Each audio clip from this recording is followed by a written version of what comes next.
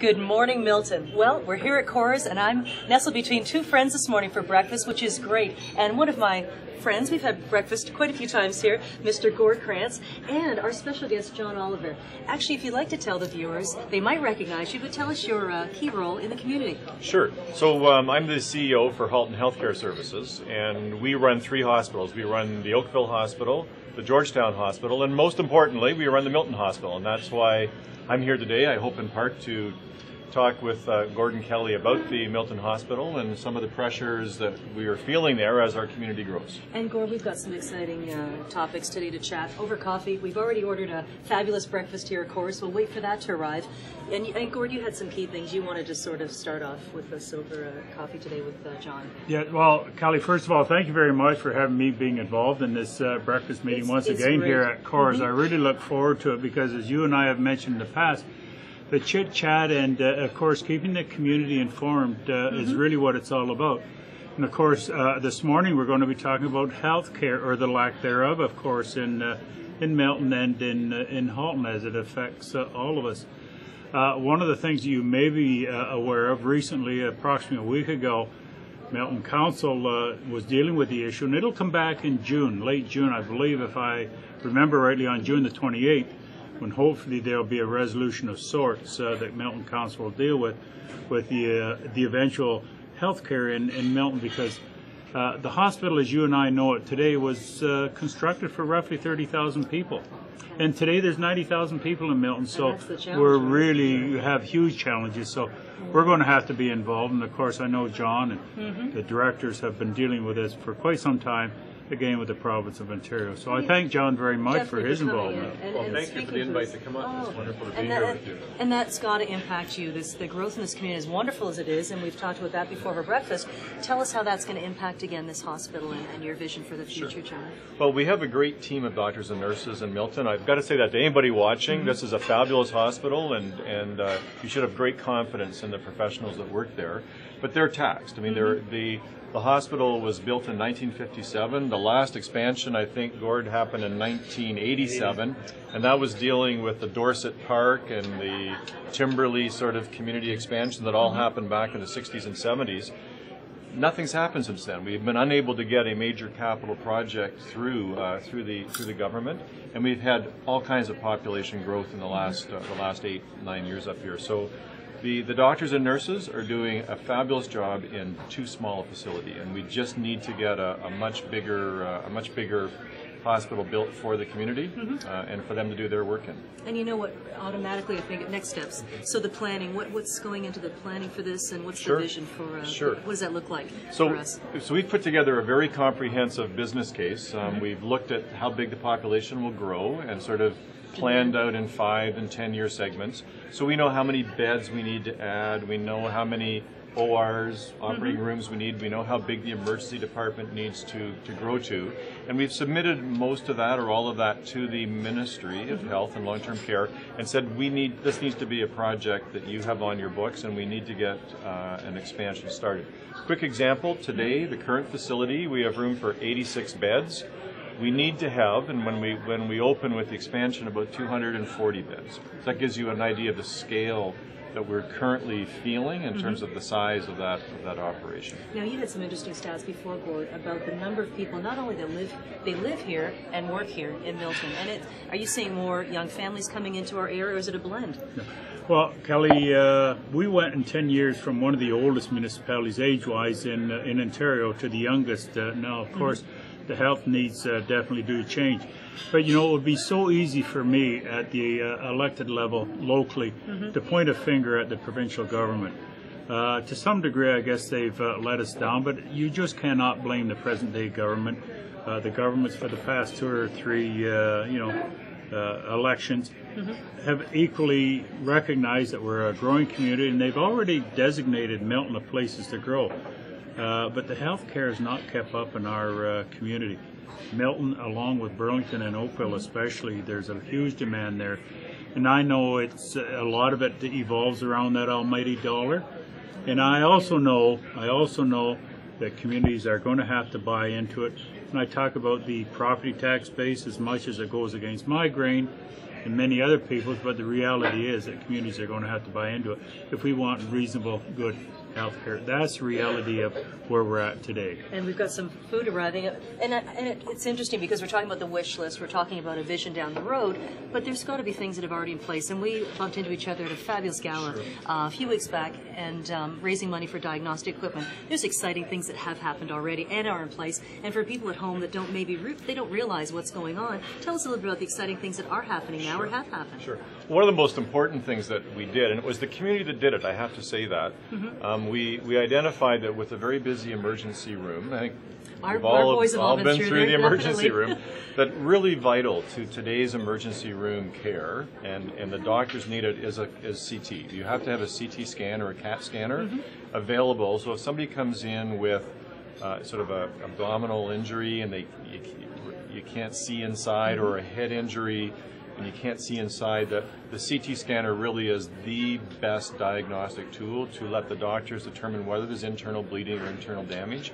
And that was a really vital ad. So we just finished a major campaign. It ended up being about a $6 million campaign in Milton, and we now have a new CT. We have all of our diagnostic equipment has gone digital.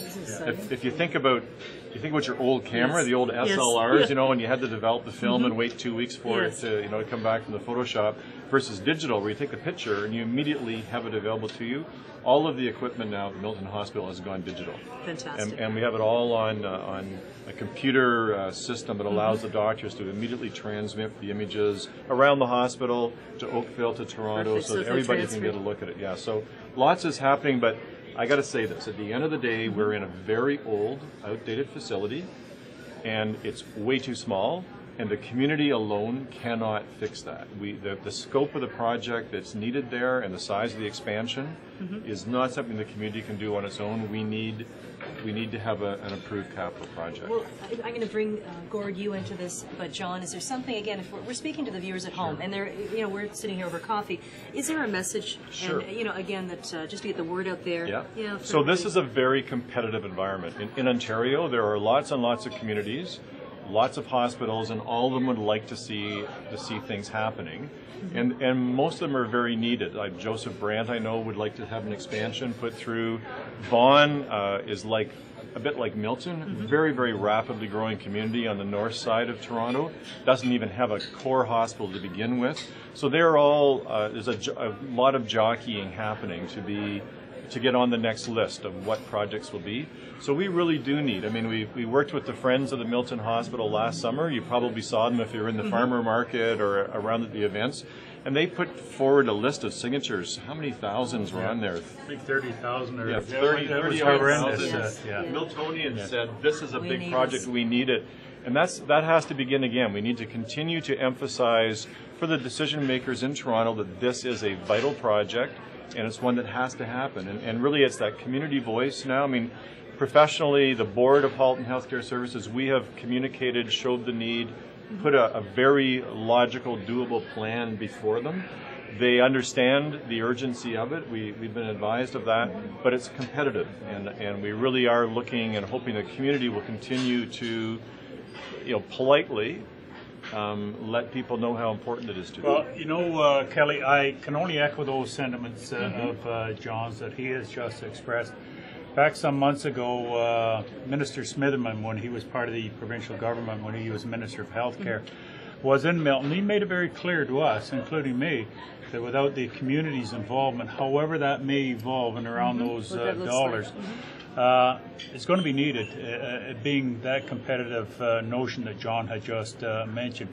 Because for all intents and purposes, the province does not have those complete dollars to put into place an expansion or an addition onto the hospital here in Milton. So we know there's going to have to be help out there, either locally, when I say locally, in our case, the town of Milton, and or the region of Halton. And of course, Oakville and Burlington are in somewhat the same position, so it may have to be a regional initiative. I'm not sure. We're going through that exercise.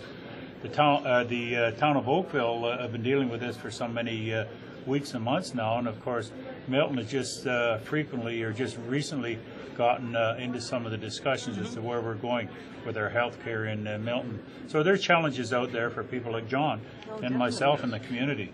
So as a member of the community, so I'm sitting here as a resident, what do we do? Do we write letters to the hospital? Can we send emails? Is there sort of a package that we can put together as the community of Milton to help get that voice and have a voice in this conversation? So we're just working that through again. I think we were working with the Friends last year and had a very formal communication structure with the Friends of the Milton Hospital for the community to articulate that concern.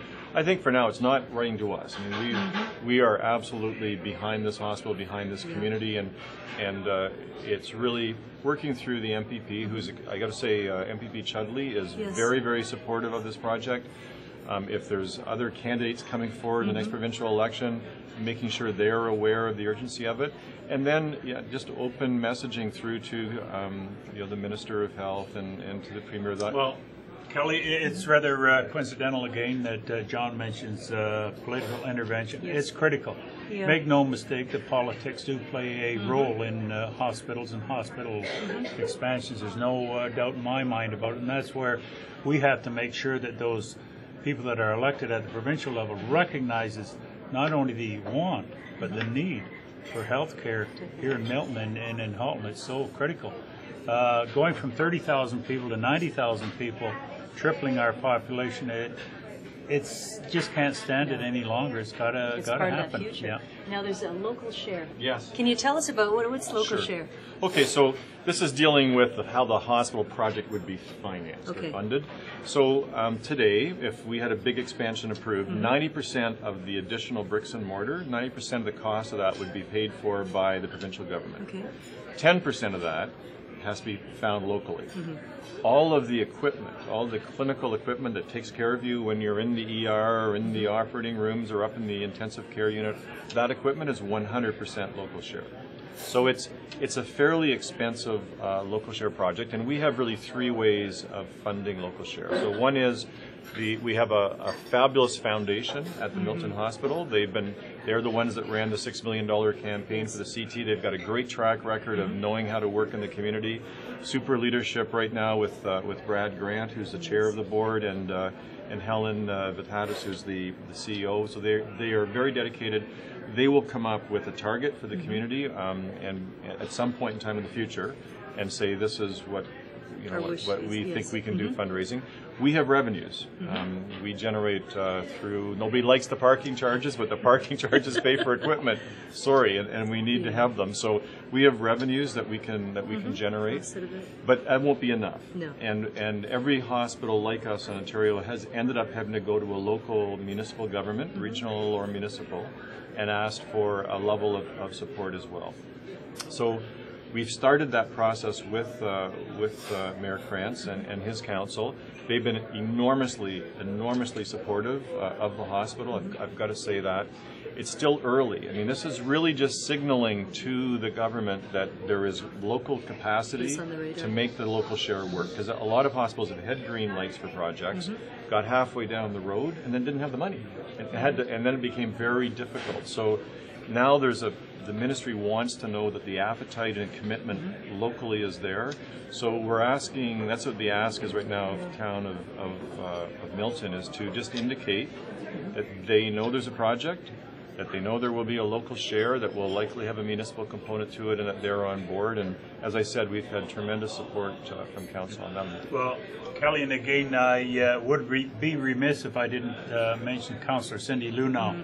She is Milton's representative on the Halton Healthcare Board that keeps Milton Council reasonably well informed as to what's evolving. So we do not take the ostrich approach. We don't put our head in the sand because we know the issue is not going away.